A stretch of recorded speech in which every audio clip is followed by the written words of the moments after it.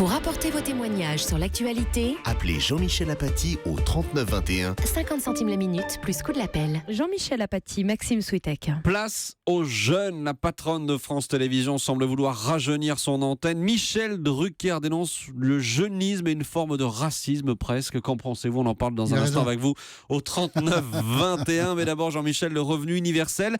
Idée soumise aujourd'hui dans un rapport à la ministre du Travail. 600 € par mois pour tout le monde, travailleurs et chômeurs. Voilà, nous en avons parlé dans Europe Midi. Julien Damon, professeur associé à Sciences Po, a répondu à nos questions, nous a éclairé à ce propos. Et monsieur Damon, vous êtes resté avec nous pour dialoguer avec les auditeurs d'Europe 1. Je vous en remercie. Bonjour Grégoire. Bonjour. Vous êtes à Paris. C'est ça, exactement. Votre idée du revenu universel, vous êtes jeune, vous avez 37 ans. C'est ça. En fait, c'est une idée révolutionnaire, sauf qu'il faut qu'elle soit bien, il faut qu'on lui donne les moyens surtout.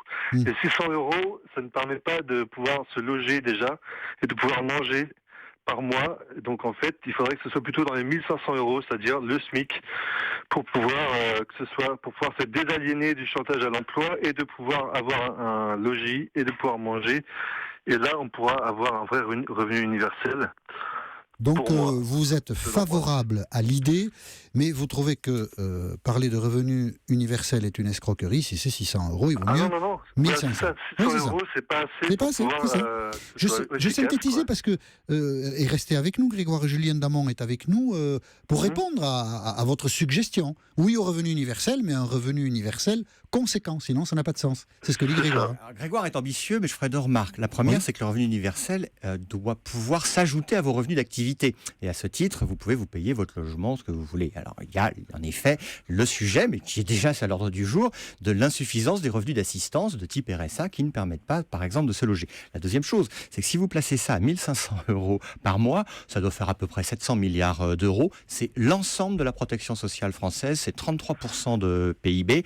C'est donc absolument impossible à mettre en œuvre. Il n'empêche que je crois que lorsque l'on parle de revenu universel, il faut, mais Grégoire, vous avez raison, être ambitieux.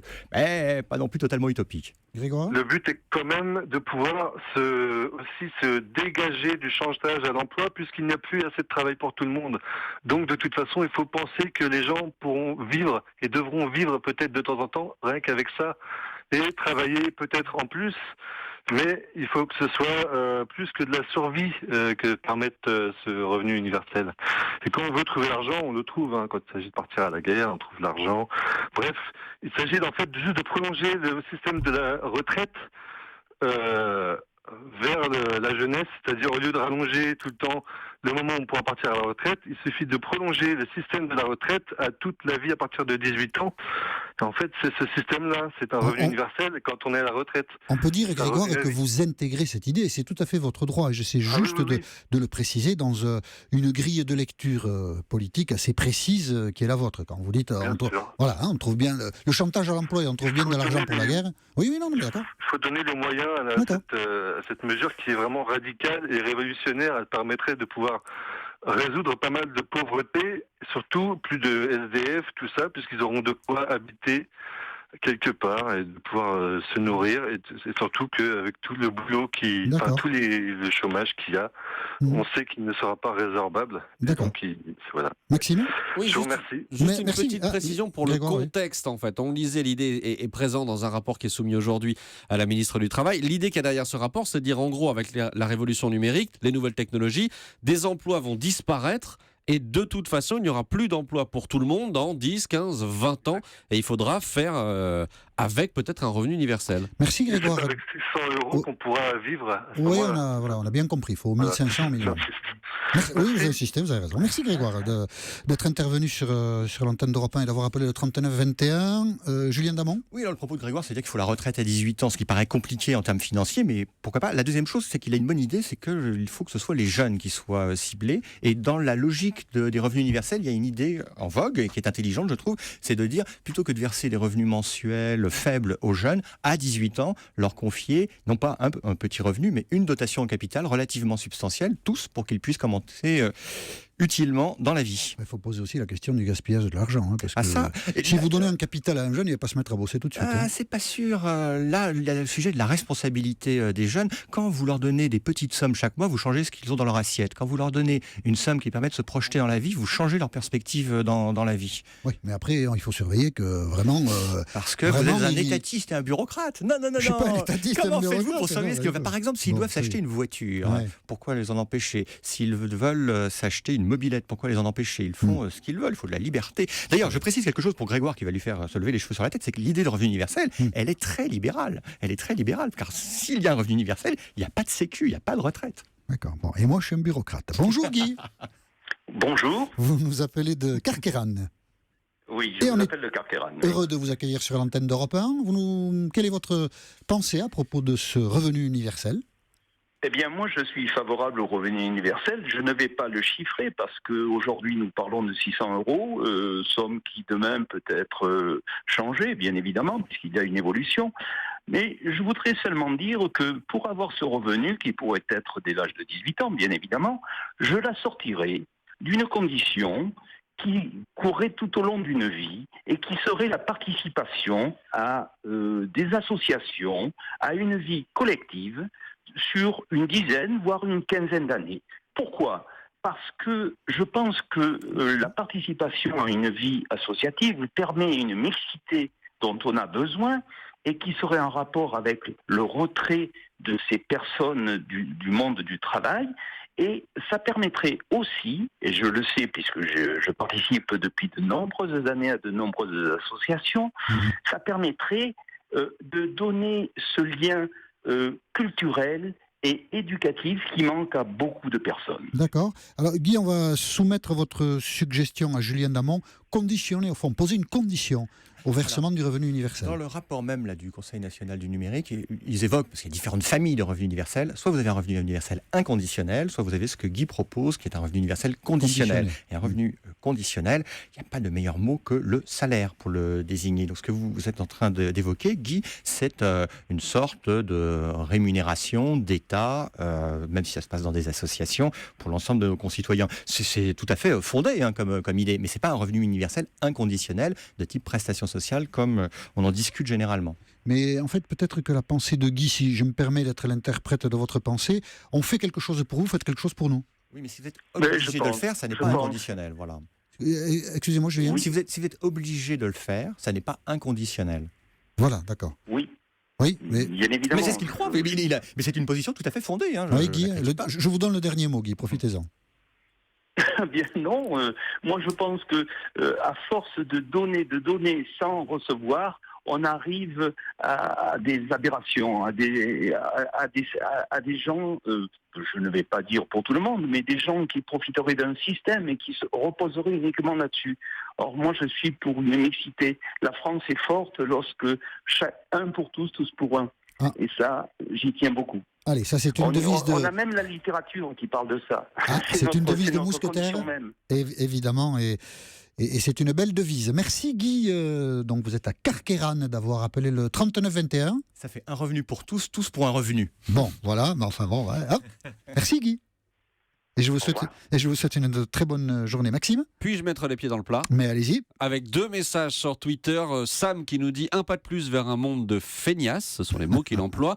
Et Jackie qui nous dit si cela devait exister en France, c'est surtout les fainéants qui seraient heureux. Qu'est-ce que vous répondez ? Je pense qu'il n'y a pas que des pauvres feignants. Il y a des gens dans des administrations et des entreprises qui foutent rien et qui sont bien payés. Ceci dit, l'argument général est celui de l'assistanat. Là, et je le comprends parfaitement. C'est de dire, voilà, si on donne des choses sans contrepartie, eh ben, ceux qui foutent rien seront ravis et ne feront rien. Je vous indique simplement que ça existe. Les systèmes aujourd'hui de minima sociaux, les prestations d'assistance, entre autres de type RSA, sont des revenus non pas universels, mais pour les pauvres et sans grande contrepartie. Donc cette critique n'est pas une critique à l'égard des revenus universels, c'est une critique à l'égard des revenus d'assistance. Peut-être que vous avez... qui est fondée dans le débat public. Oui. Peut-être que vous avez anticipé, Julien Damon, l'objection ou la pensée de Thérèse. Bonjour Thérèse. Bonjour monsieur. Vous Voilà, êtes à Carling dans Moselle. On vous écoute. Oui, moi je ne suis pas trop d'accord pour ça parce que écoutez, moi j'ai un exemple, Oui. c'est un exemple simple. Bon, j'ai mon petit voisin qui est beaucoup plus jeune que moi, il a 26 ans, il touche le RSA, il reste chez les parents. Alors moi, j'ai 58 ans. Il y a quelques années, j'ai trouvé du travail en intérim. J'ai été le voir, je lui ai dit, tu sais, là on embauche. Oh ben non, c'est pas bien, c'est trop ceci, c'est trop cela. Et il reste chez ses parents. Et il y en a plusieurs dans la cité comme ça. Alors moi, j'estime que comme le monsieur précédemment, que j'ai entendu, Oui. ça devrait être donnant-donnant. Parce que malheureusement, vous donnez à un jeune qui sort de l'école de l'argent, qui reste chez ses parents. Mais attendez, tout frais payé, les parents ne lui font pas payer l'eau, l'électricité, le logement. Ah bah attendez, vous croyez que ça le pousse à aller travailler? Non, moi je ne suis pas d'accord avec ce système.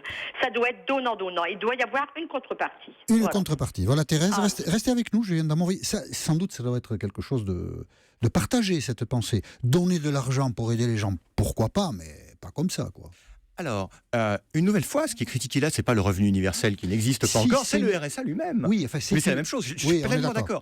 C'est une manière de critiquer le revenu universel, même s'il n'existe pas. Parce que le revenu la universel, logique du revenu universel. Oui, enfin, du revenu inconditionnel. Voilà. On veut mettre des conditions. Et d'ailleurs, depuis qu'on a évoqué le RSA, et 20 ans avant le RSA, le RMI, il y avait des conditions, conditions dites d'insertion assez insuffisantes. Mais Thérèse a quand même raison. Il est de nombreux cas où il est plus favorable de rester chez soi, ou même de travailler au noir et de continuer à bénéficier d'une prestation d'assistance, plutôt que de retrouver un boulot. Mais le RSA et la nouvelle prime pour l'activité, en théorie, ont cette vocation de toujours vous faire gagner plus d'argent lorsque vous exercez une activité professionnelle. Mais c'est toujours imparfait, et les idées de revenu universel, c'est tenter de simplifier cela. Voilà. En tout cas, c'est une idée qui est devant nous. Donc, un rapport ce matin préconise, devant les bouleversements qui attendent de l'économie, mais vous savez, quand la société industrielle a commencé à se construire, on a aussi dit, ou alors il y a 20 ans, 30 ans, 40 ans, quand on a automatisé beaucoup de tâches, on a aussi dit il y aura beaucoup de chômage. Mais enfin, on pense que la révolution informatique va supprimer beaucoup d'emplois, et donc on essaie de réfléchir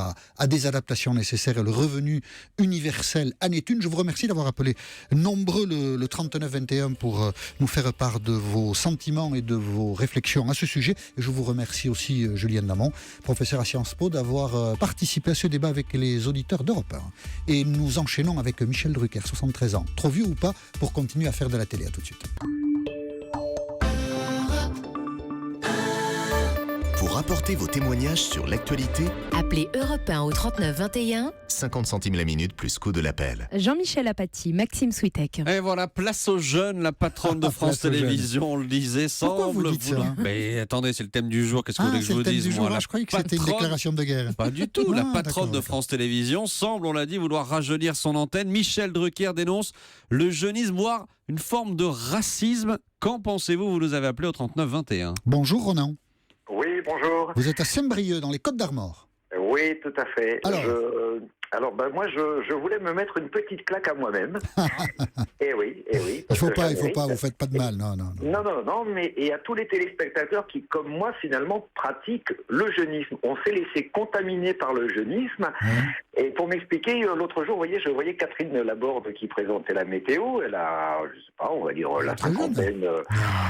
cinquantaine par là, où je me trompe de personnes peut-être. Non, je plaisante.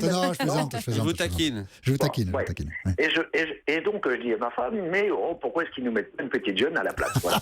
Et votre femme vous a foutu une baffe. Non, mais je l'aurais mérité. Non, mais je me dis quelque part, nous, en tant que téléspectateurs, on pratique le jeunisme au quotidien. On veut des jeunes parce que c'est plus frais, c'est plus joli, c'est plus sexy, etc. Bon, et puis, qu'est-ce qui se passe ensuite? Il se passe que moi, aujourd'hui, voyez-vous, j'ai 51 ans, je cherche du travail, et puis on me dit partout, monsieur, vous êtes trop vieux, voilà. Ah, vous pensez que la télévision a un impact sur l'ensemble de la société? Complètement. Ah, vous le pensez, d'accord. Complètement. D'accord. Je pense que la télévision reflète la société, ou elle est supposée la refléter en tout cas. Et je me dis que finalement, nous, en tant que téléspectateurs, le jeunisme, on le pratique. On vient se plaindre ensuite qu'on pratique le jeunisme dans le monde du travail. Et je dis, il ne faut pas se plaindre. Après tout, c'est normal. On fait notre propre malheur. Alors moi, je voudrais inciter les téléspectateurs qui, comme moi, ont tendance à zapper, même peut-être parfois, ou à pratiquer du jeunisme, arrêtez, stoppons le jeunisme, respectons nos vieux. Il faut se dire qu'on sera traité, nous aussi, quand on sera vieux, comme on a traité les vieux. Arrêtons de faire notre propre malheur. Voilà, place aux jeunes, ok, place aux vieux aussi. Michel Drucker, excusez-moi, il tient la route. Il a une pêche d'enfer, plus que certains jeunes d'ailleurs. Bah non, il faut le garder évidemment. Et le prochain, ce sera qui? Alors Jean-Pierre Foucault. Bon, Ouais, non, d'accord. il faut arrêter. Il faut de la place pour tout le monde. C'est très bien dit, Ronan, de Saint-Brieuc, et le message est transmis à Delphine Ernotte. Merci de nous avoir appelé, Ronan. Bonne journée, au revoir. Bonne journée. Bonjour, Christophe. Allô? Oui, Christophe? Oui, bonjour. Vous Donc, êtes- c'est Christophe Davon. Oui, c'est ça, Christophe Davon. Donc voilà, donc j'appelais, je vais me faire des copains à mon avis. Ah, allez-y. Parce que Michel Drucker, pour moi, c'est le gendre idéal, Oui. c'est le copain idéal, c'est le grand-père idéal. Là, ça démarre bien, là. Ouais. Oui, sauf que, à vouloir plaire à tout le monde, les résultats fait qu'il est très souvent ennuyeux. Ah, d'accord. Ces émissions, moi je pense que ces émissions sont lisses, hein, vous en avez vu une, vous les avez toutes vues. Alors, il est bien gentil, Michel Drucker, hein, ses émissions de divertissement ne divertissent que ses invités. D'accord. Donc, pourtant, je suis quelqu'un de très nostalgique à la base, pourtant. Hein. Mais là, donc, moi, vous c'est pas ne une marchez pas. question Mais de jeunisme. Hein. en même temps, Christophe, oui, voilà, c'est pas une question, parce que Michel Drucker, il fait toujours des audiences importantes. Alors, vous aimez pas, ou ça vous ennuie, oui, ça c'est un jugement personnel, mais pour le coup, les audiences ne nourrissent pas votre constat. Non, mais c'est-à-dire que moi, Michel Drucker, j'aime bien Michel Drucker. C'est Oui, tel un que vous le décrivez, animateur, vous l'aimez bien, oui. reconnu. Mais pour moi, il ne fait pas partie des grands. Je ne pense pas que... Vous regardez les émissions qui relatent la nostalgie, ou qui repassent les émissions des années 70-80, vous voyez rarement Michel Drucker. Parce que je ne pense pas qu'il ait apporté une pierre spéciale à l'édifice de la télévision française. D'accord. Bon, vous, si la direction de France Télévisions lui dit bon, stop, vous, ça vous chagrinera pas? Alors moi, Michel Drucker, il ne manquera pas, et c'est pas une question de jeunisme, hein, mais c'est une question, il faut être bon quelque part, et Michel Drucker, il est gentil, mais ses émissions, je vous dis, ce sont toujours les mêmes. Moi, les gens qui me manqueraient, ce serait Patrick Sébastien, ça serait Thierry Ardisson, par exemple, oui. C'est des gens, pour moi, qui ont apporté quelque chose à la télévision française. Ah, Thierry Ardisson, je crois que c'est son anniversaire aujourd'hui. Je crois que j'ai vu ça. Je lui souhaite un bon anniversaire à Thierry, alors. Thierry Ardisson, bon anniversaire. Je ne vais pas dire son âge, mais bon anniversaire. 67 ans. Bon, merci. Merci Christophe d'avoir appelé le 39-21. Bonjour Pascal. Oui, bonjour. Vous êtes à Persans dans le Val d'Oise. Exactement, voilà, alors, c'est ça. Pro ou anti-Drucker? Enfin, son âge, c'est un problème ou pas? Pour M. Drucker, je pense qu'il serait temps qu'il s'en aille. Je vais vous dire les choses clairement.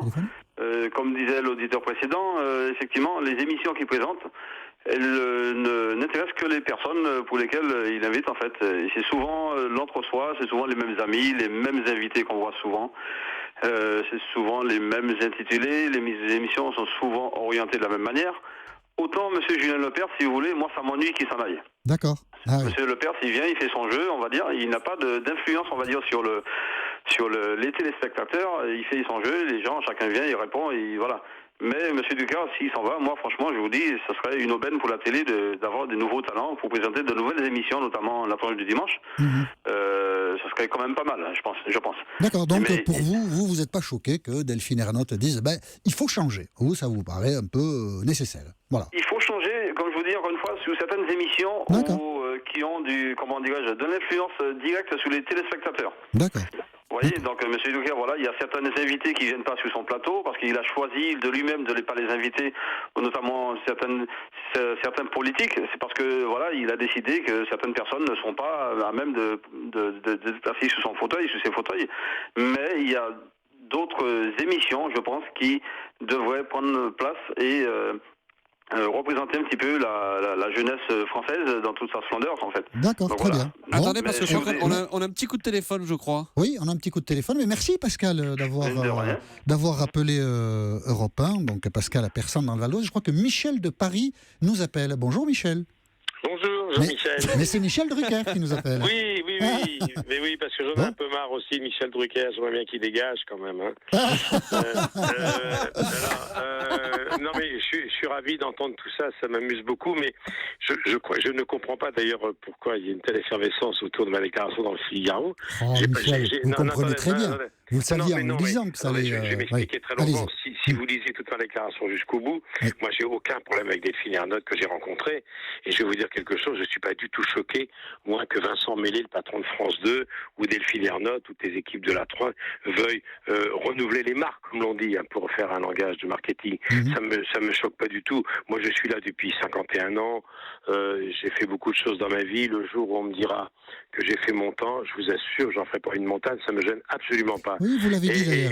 Mais non, mais le jeunisme que j'appelle le racisme, il a toujours existé. C'est, sans faire un mauvais jeu de mots, c'est vieux comme la télé. Évidemment, il faut changer. La seule chose que je dis, c'est que c'est bien aussi peut-être que les seniors qui sont pas quantité négligeable à la télévision et leur repère. Vous savez, moi j'ai succédé il y a 18 ans à Jacques Martin, dans des conditions extrêmement douloureuses. Jacques Martin, il avait 65 ans, il y a un patron qui lui a dit qu'il avait fait son temps, qu'il faudrait qu'il forme un jeune. On m'a dit la même chose, moi, à la fin de Champs-Élysées, je n'avais même pas 50 ans. Et Jacques Martin, il a très mal vécu tout ça, il avait une santé fragile, enfin il est psychologiquement déjà très atteint, il a fait un AVC quelques mois après, il s'en est jamais remis, et je pense que son éviction très douloureuse et brutale et inélégante n'a pas été étrangère à son malaise. Ce que je veux dire par là, c'est que moi j'ai pas du tout de problème avec le jeunisme et avec ça, pas du tout.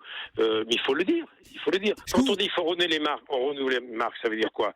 Ou on garde les émissions et on change de présentateur, c'est le cas de Questions pour un champion, ou on change les émissions, ce que je peux tout à fait comprendre. Moi, je le prends pas mal du tout. C'est pour ça que je vais éteindre tout de suite cette polémique. Moi, j'ai déjà eu une conversation avec Vincent Mélé, le patron des programmes de France 2, quand il est arrivé. Sur ce sujet sur ce sujet, c'est-à-dire il vous a dit on pense à quelque chose vous concernant? Mais moi, je m'interroge toujours sur mon avenir. C'est pas ma question, Michel. Si, mais moi, vivement dimanche, à 18 ans, vous imaginez? Jacques Martin a tenu 22 ans. Ouais. Donc moi, je sais très bien que mon émission, qui est encore au top, puisque c'est le meilleur en audience, talk show, toutes chaînes confondues, puisqu'on fait 3,5 millions de gens, vous imaginez, en access prime time, le dimanche, si on termine à 4 millions, c'est pratiquement un score de prime time. Donc moi, je sais bien qu'à 73 ans, après 18 ans de vivement dimanche, je suis plus près de la sortie que de mon début de carrière. Ça me choque pas du tout. C'est pour ça que je voulais totalement éteindre cette polémique. Moi, le jour où j'aurais fait mon temps à la télévision et les sondages me le font comprendre, je ferai autre chose, je ferai la radio, j'écrirai des livres. Ce qui m'est arrivé, moi, dans ma vie, est tellement exceptionnel. Qui est là depuis 50 ans? Moi, je vais sur scène. Je suis sur scène. Dans 3 semaines, je commente une autre carrière sur scène où je vais parler justement de 50 ans de télévision. Je ne suis pas du tout choqué. Et ce jeunisme qui souffle sur la télévision, il est né il y a très longtemps, quand une dame a frappé à notre porte qui s'appelait la ménagère de moins de 50 ans. Et régulièrement, il faut faire jeune parce que le jour où Michel, on nous a demandé... je voulais juste vous poser une question, Michel. Est-ce que quand vous avez vu Vincent Mélé ou Delphine Ernotte, est-ce qu'ils vous ont dit clairement que, je sais pas, non, pas du tout. C'était la dernière saison de Vivement Dimanche? Non, mais on a parlé de l'avenir, bien sûr, on a parlé de l'avenir, des améliorations qu'on peut faire, pas avec Madame Ernotte, que j'ai vu une fois, et avec qui j'ai de très bons rapports, j'ai pas du tout de problème, de polémique.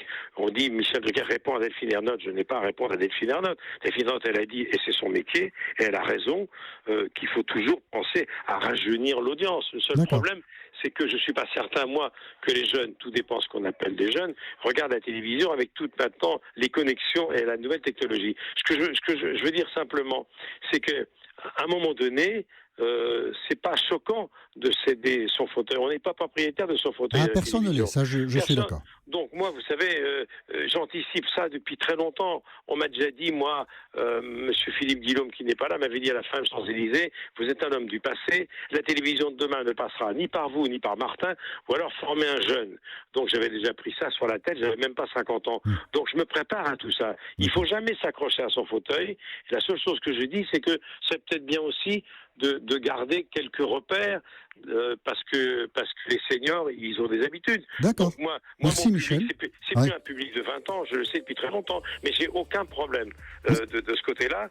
Le jeunisme, je le connais depuis qu'on nous a demandé de nous adresser aux téléspectateurs en termes de consommateurs, il y a belle lurette que la télévision qu'on a aimée, elle est passée. Donc il faut faire avec son temps. Il faut faire avec son temps. Ce sera le mot de la fin. Je vous remercie, Michel de Paris, d'avoir appelé Europe 1. On était très heureux de vous accueillir dans Europe Midi. Oui, vous inquiétez pas, Jean-Michel, vous avez encore quelques belles semaines devant vous. Hein. Ah ouais, moi j'ai... Et Jean-Pierre Elkabbach et Laurent Cabrol aussi. Ouais, il n'y a pas de problème. Et Julie, n'en parlons pas. Allez, merci beaucoup Michel, À merci.